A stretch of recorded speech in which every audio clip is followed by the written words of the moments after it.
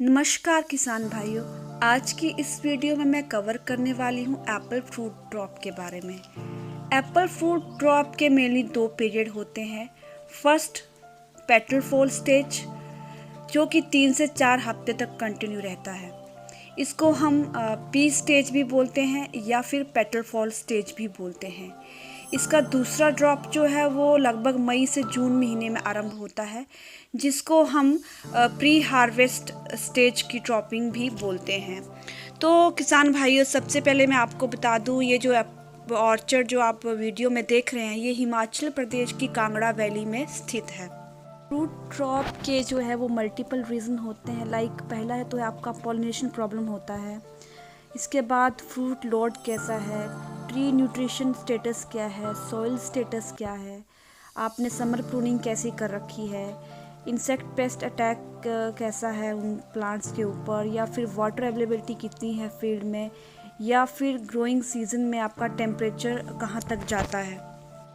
सबसे पहले अगर बात करें पॉलिनेशन प्रॉब्लम की, तो ये ही एक मेन रीज़न होता है अर्ली ड्रॉप के लिए, क्योंकि हम सब जानते हैं कि एप्पल की जो मोस्ट ऑफ वैरायटीज़ है क्रॉस पॉलिनेटेड होती हैं और इनको पॉलिनेशन होने के लिए पॉलिनेटर की ज़रूरत होती है। और ये पॉलिनेटर हमारे जैसे हनी वीज़ हैं, फ्लाइज़ हैं, बम्बल वीज़ हैं, ये सब फील्ड में होना बहुत ज़रूरी हो जाता है। तो इन पॉलिनेटर्स की जो एक्टिविटी आपको बहुत ध्यान से देखनी है। कई बार वेट सीज़न होता है या फिर कोल्ड टेम्परेचर रहता है फ्लावरिंग के टाइम में, तो ये पॉलिनेटर जो है अवेलेबल नहीं हो पाते हैं। तो हमको लगता है कि फील्ड में फ्लावरिंग तो बहुत ज़्यादा है, पर 1-2 हफ्ते के बाद जब हम देखते हैं तो एक तो सेटिंग बहुत ज़्यादा हमको दिखती नहीं है, और दूसरे या तीसरे हफ्ते जो है वो धीरे धीरे जो पी साइज़ का जो एप्पल होता है वो नीचे ड्रॉप होना शुरू हो जाता है। तो इस समस्या का समाधान ये है कि आप फ्लावरिंग के टाइम हनी बीज की 2 से 3 कॉलोनीज जो है वो अपने ऑर्चर्ड में ज़रूर रख दें, ताकि जो पॉलिनेशन है वो प्रॉपर हो सके। बात अगर करते हैं मिनरल न्यूट्रिशन की, तो हमारे ऑर्चर्ड में जो है नाइट्रोजन का लेवल भी ऑप्टिमम होना चाहिए। ना तो नाइट्रोजन बहुत ज़्यादा अप्लाई करनी है और ना ही बहुत कम। ज़्यादा नाइट्रोजन अप्लाई करने पे भी जो वेजिटेटिव ग्रोथ है वो बढ़ जाती है, और अगर कम नाइट्रोजन होगी तो भी वो फ्रूट ड्रॉपिंग या फ्रूट साइज़ को अफेक्ट करती है। इसके अलावा मैग्नीशियम की डेफिशिएंसी या बोरोन की डेफिशिएंसी बहुत महत्वपूर्ण होती है फ्रूट ड्रॉप के लिए। तो ऐसे में आप अपने फील्ड की एक बार सॉइल टेस्टिंग जरूर करवा लें। और क्योंकि किसान भाइयों, आप जानते हो इन माइक्रोन्यूट्रिएंट्स को प्लांट पार्ट्स तक पहुंचने में बहुत टाइम लगता है। तो अगर आपने ऐसा नहीं किया है तो आप इसकी फोलियर स्प्रे भी आप कर सकते हो। और आजकल मार्केट में बहुत सारे माइक्रोन्यूट्रिएंट्स के सोल्यूशन अवेलेबल है, जिनमें कि हमारे बोरॉन, सल्फर, कैल्शियम, जिंक आदि जो माइक्रोन्यूट्रिएंट्स हैं वो ईजिली अवेलेबल होते हैं।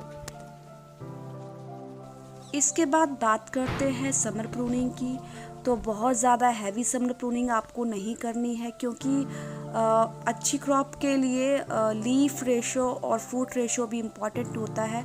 और जनरली ये कहा जाता है कि मैच्योर एप्पल फ्रूट के लिए, एक मैच्योर एप्पल फ्रूट के लिए लगभग 15 से 40 पत्तियों का होना ज़रूरी है।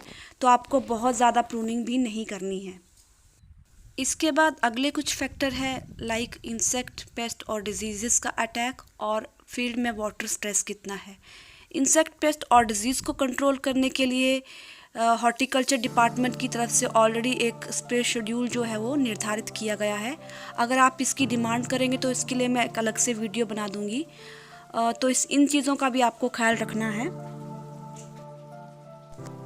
जैसे जैसे फ्रूट मेच्योरिटी की तरफ बढ़ता है, एप्पल में सेकंड फ्रूट देखने को मिल सकता है, जिसका मुख्य कारण या तो एक्सेस फ्रूट लोड हो सकता है, जिसमें कि फल आपस में ही न्यूट्रिशन के लिए कंपटीशन शुरू कर देते हैं।